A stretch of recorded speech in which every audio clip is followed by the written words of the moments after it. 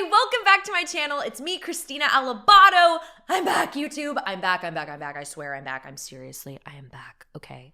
I know I've said this like 5,000 times, but I really am back. I'm gonna be back for at least the next 2 months. I'm gonna be releasing a ton of videos, a ton of content, and I am so excited about it. For those of you that are new to my channel, my name is Christina Alabato. I'm an actor. I'm based in New York City. Sometimes I'm here in Los Angeles, and I've dedicated this channel to everything having to do with the business. I'm a Broadway, television and film, and voice actor, and I love sharing everything that I've learned in the last 15 years with all of you, going super in-depth about the business. I have videos all about in-depth Broadway. What is a costume fitting like on Broadway? What does it feel like to be a replacement in a Broadway show? What is it like to have a Broadway audition? And I go in deep detail to give you all an idea of what it's really like. I find that my channel is super helpful for any of you looking to do this as a profession, either in musical theater, if you want to be on Broadway, if you want to be on television or film.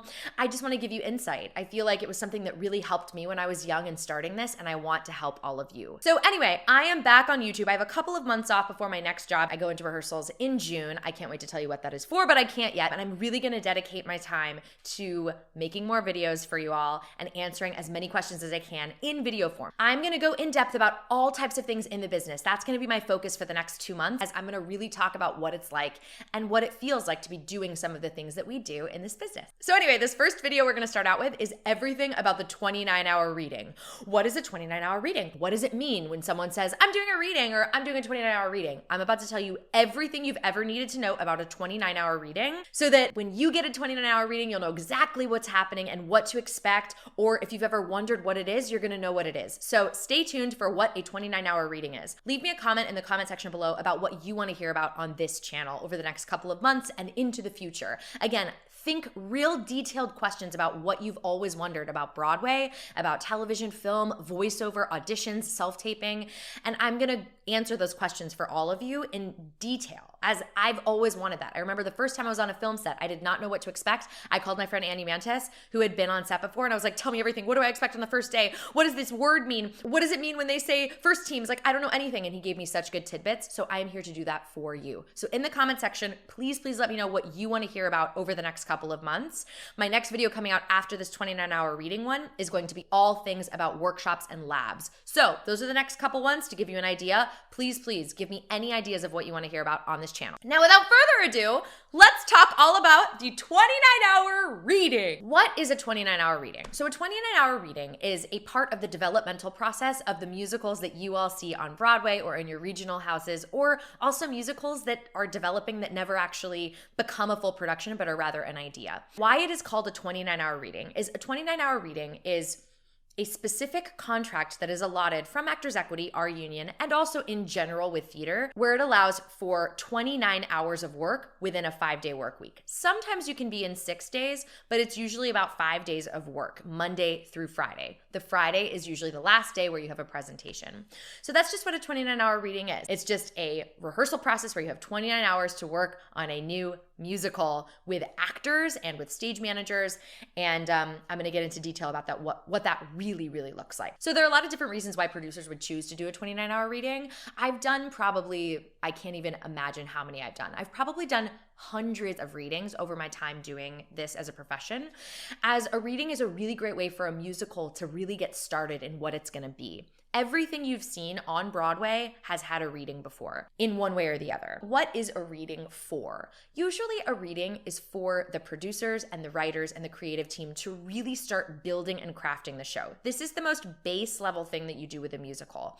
What would come next out of that would be like a lab or a workshop or an out-of-town tryout, but the reading stage is very bare bones most of the time, just to learn what it is you have and what it is you want to work on as a creative team and as a producing team. So a producer would choose to do a 29-hour reading because 29-hour readings are much cheaper than labs and workshops, and it really does just allow for the time of simply learning the music, reading the script, and seeing what you have with actors that are really equipped to do that. So sometimes a reading can look very bare bones, like you would show up on the first day and it would just be around the table, everyone has a script, and you're just reading the script, and honestly sometimes listening to demos, not even learning the music. Just really seeing what the structure of the play itself is, where the songs fit, and using the actors for that reason. That doesn't happen as often because you want to use your time wisely and this contract wisely.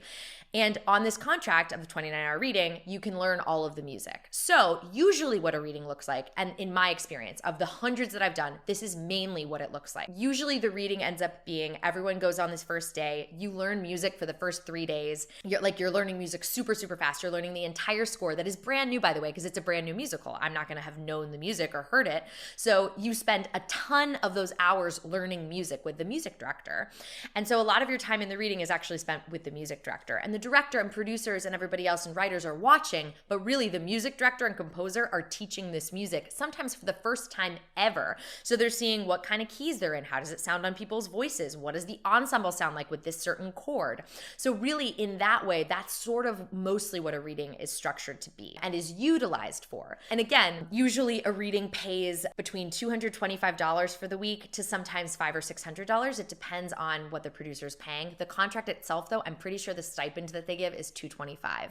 Now, I'm sure you're like, wait, that is like far below minimum wage. Yes, it is. It's kind of insane. But at this reading stage, they're trying to find time and money to work on a project that sometimes those projects have negative money, like no money. So how do you do that? And part of it is, you pick and choose what readings you want to do because they do take a lot of time and you don't make that much money. But also the only way to stay with a project sometimes and get caught onto something early is by doing the reading. And yeah, you'll get replaced a lot of the times, but sometimes you don't because they hear you and they picked the key for you. So it's almost like you're also investing in yourself by doing these readings. Also, artistically, they're really fun. I get to work on musicals. I mean, readings are some of my favorite things that I do in the city between big jobs because I'm seeing new shows for the first time and watching the developmental process, and it's really exciting. So that's sort of how much you make and what it looks like. Any way you do it, it's always leading to a presentation at the end of the week. It's usually on Friday, and presentations can look super different depending on the type of reading it is. Now, again, sometimes these readings are super closed. It's just for the production team and the creative team and the writers to just really get to hear the piece out loud for the first time. So other people aren't involved. Now, sometimes readings are used to actually raise more money for the project. So that presentation at the end of the week is a little more loaded as they invite really important producers and theater makers to come to try to invest in the musical, right? So then it's a little bit more pressurized on Friday. Now, do I feel that pressure as the actor? Yes, a little bit. You are asked to do a job that is quite hard and you have to do it well. And also if the presentation is high stakes, that means really important people are in the room and you have just gotten the music for the first time on Monday and are doing your big 11 o'clock number for Joe Schmo, who is like the most important producer in New York. So there is an element of pressure that comes in as the actor as well. But in the end, I always say the best way you can get through a reading as an actor is remembering it's not about you, it's about the writers and it's for the creative team and them to build their project. You are there simply to show them what they have. Right? And that's an exciting time for the writers. And of course you want to be good and you want them to keep you. And if you like the project, this new pressure of, oh, I want to do this next time. I don't want them to replace me. That's all real. But in the end, it's not about you, the actor. It's really about the writers and the team. So I try to focus it on them. So what happens if and when you book your first 29-hour reading, your first reading? What is expected of you as the actor is to be able to come in and learn very quickly. Now, does that mean that you have to be perfect? No, because some of these songs are not even fully written and they are not in the right key and maybe they're not fully transcribed. So no perfection is necessary. But what is expected is to be able to learn quickly. Think about it. 29 hours is not a lot of time, right? And you're learning an entire score and these people have never taught the score, etc. If I could give any advice here on what I think could behoove some of you that don't necessarily do this. If you don't know how to read sheet music, I highly, highly recommend giving yourself a little bit of time to learn how to read sheet music. Does that mean you have to be proficient? No. Does that mean it might help you to know even what it means for the black dots if one's below the other, what that means in correlation, or what an eighth note difference is to a quarter note? It can do nothing but help you. And places like YouTube allow you to learn how to read music for free. I really think people don't talk about this enough, learning how to read music. It will only benefit you. And it stresses my friends out that don't read music so much that I'm like, man, I wish someone would have told you to just learn how to read music, even a little bit. It will help you, especially in a setting like this where it's high stakes for the creators and you want to do a good job for them so that they can see what they have. And also you want to do a good job for yourself.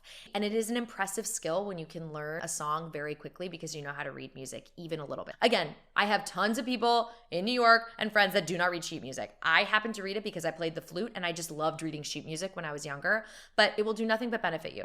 So going back to what I was saying, what is expected in the 29-hour reading? What is expected is that you learn your music quickly and your game, yes and. Some of the best advice I was ever given about when I do a reading is to make a choice. Make a choice. Tentative choices are killer in readings. These people, again, are hearing this stuff out loud for the first time, right? And so to be tentative of like, I don't know if this is how I want them to, how they want me to do it or how they hear the character, just make a choice. They will correct you because it's really unhelpful when you like are lugubriously like, I want to do it right. Best advice I've ever been given, make a choice. One time I made a choice so hard in a reading that I, in full character, read a stage direction instead of the line. It was so embarrassing. And also, I made a choice. So I am not ashamed of that. So anyway, that's what to expect in what you would need to do in a 29-hour reading. Now, what will it feel like on that first day of a reading? So essentially what happens is you get the offer through your agent or through your email of what the reading is. Sometimes you get a draft, you don't get the music. So when you arrive on the first day, what do you expect? You're gonna walk into some studio like Pearl, like Open Jar, like Ripley Greer, and you're gonna see tables and chairs. Usually it's a bunch of chairs and music stands facing the piano because the first thing you're going to do for the next 3 days is learn music.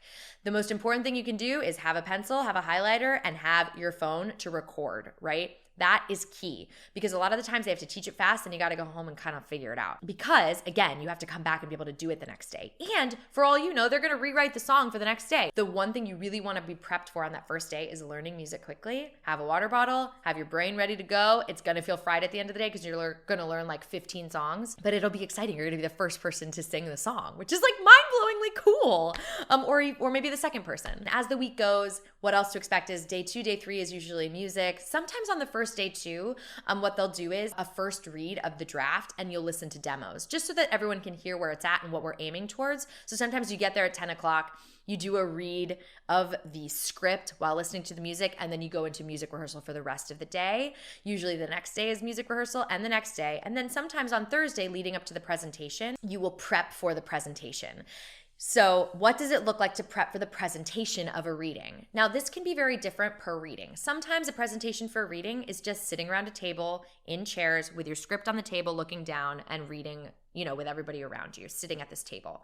Sometimes it's more presentational. It will be chairs and music stands facing a small audience in that room at Ripley Greer. So it's like us over here, them over here, and you have stands. And then sometimes it's with microphones and with a band. That can happen too, which is really cool. But the big rules of readings, no memorization at all. No memorization. They are not only are you not required to memorize, they cannot ask you to memorize. And also no one will ask you to memorize. That's ridiculous. It's a 29-hour reading. It would not behoove them or the project to have you memorize it. So no memorization. It's at a music stand with a binder. You're flipping through, looking up when you can, looking at your scene partner when you can, but no memorization. With that comes usually on Thursday, you do a little bit of stand and chairography if you're doing a presentational reading, not at a table. So what that means is that usually there's like 7 stands in the front row of chairs. If you can imagine 2 rows of chairs, the ensemble usually sits in the back, and the front are the principals with music stands,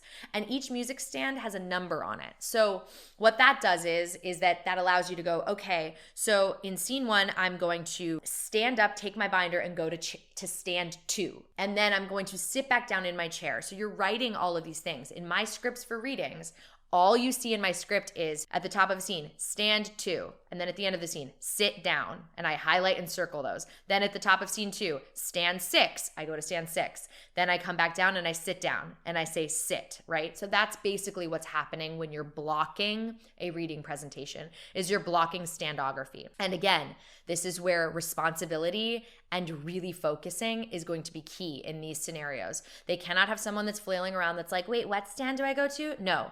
What stand do you go to? They're going to tell you once, they don't have time to tell you again. So write it down and highlight it. If you have a question, hey, I don't remember what stand, can you tell me? Stage manager should have it written down, but they may not because you don't know who the stage manager is. Write it down, write everything down.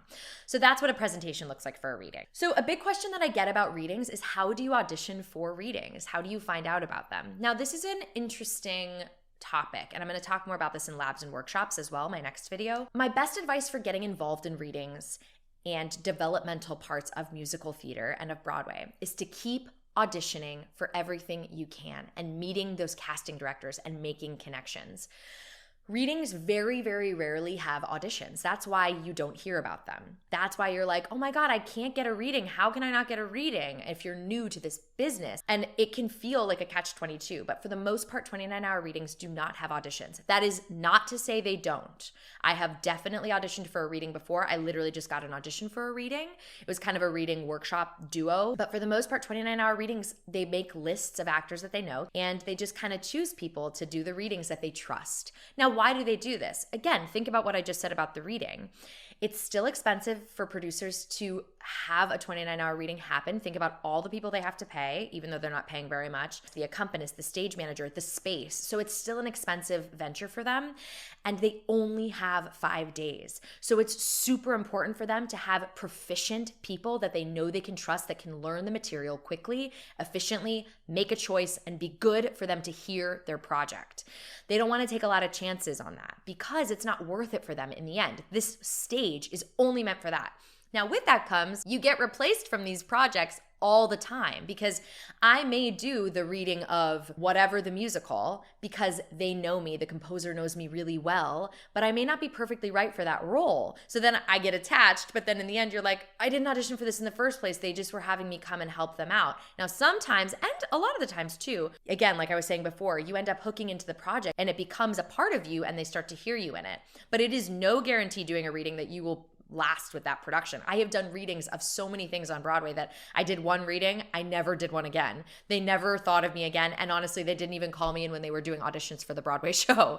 And I've also done readings that I've done the first reading and seen it all the way to the finish line of its production, which is so cool when that happens. Again, you have to kind of release yourself from this pressure when you do a reading that like, this is my chance, they're gonna keep me forever. They may keep you and they also really may not. And it's nothing against you. It's rather that's how it goes. So what I was saying about it's really tough to get an audition for these because there are no auditions for these. So the best thing you can do for yourself if you want to be part of developmental projects like this is keep auditioning. Keep singing those great audition cuts at your auditions. Keep making connections. Keep going. Don't stop, because the way that you're going to get put on a list to do a reading is by having a great audition over and over and over again for those casting directors and showing that you're responsible and you know what you're doing. Everyone has had their first reading. The first reading I did, I had 1 credit, yes, but I was still really new and they said, she can handle it. And I did handle it. And sometimes you see people in readings that cannot handle it, that cannot learn sheet music that fast. And that's unfortunate. So that's why I'm saying if you want to practice anything for these moments, learn how to read and learn music quickly. And you may not even have to read the sheet music. If you can learn by ear quickly, you're good too. That's sort of how you get the reading. Again, just keep auditioning, keep singing for new composers. That's another great way to get involved in developmental. If your friend is writing a musical and they're like, hey, can you sing this? Sing the demo. Work with the composer. If you have a friend of a friend that's looking for a singer and they're brand new out of college and no one knows who they are, and you're like, who are they? I don't even know what this is. Do it. Sing their song. Meet them.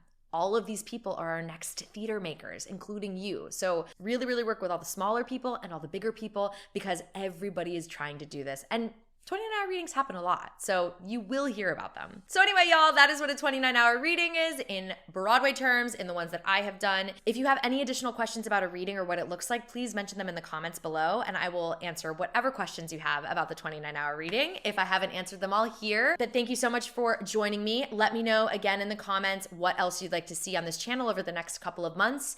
I want to give you all the deep detail that I can about what this business is and what it looks like. Like, subscribe, and pass this video along to anybody that you think would find it interesting and helpful in their journey to becoming an actor or an artist. And I love you all so much. I'm so glad I'm back.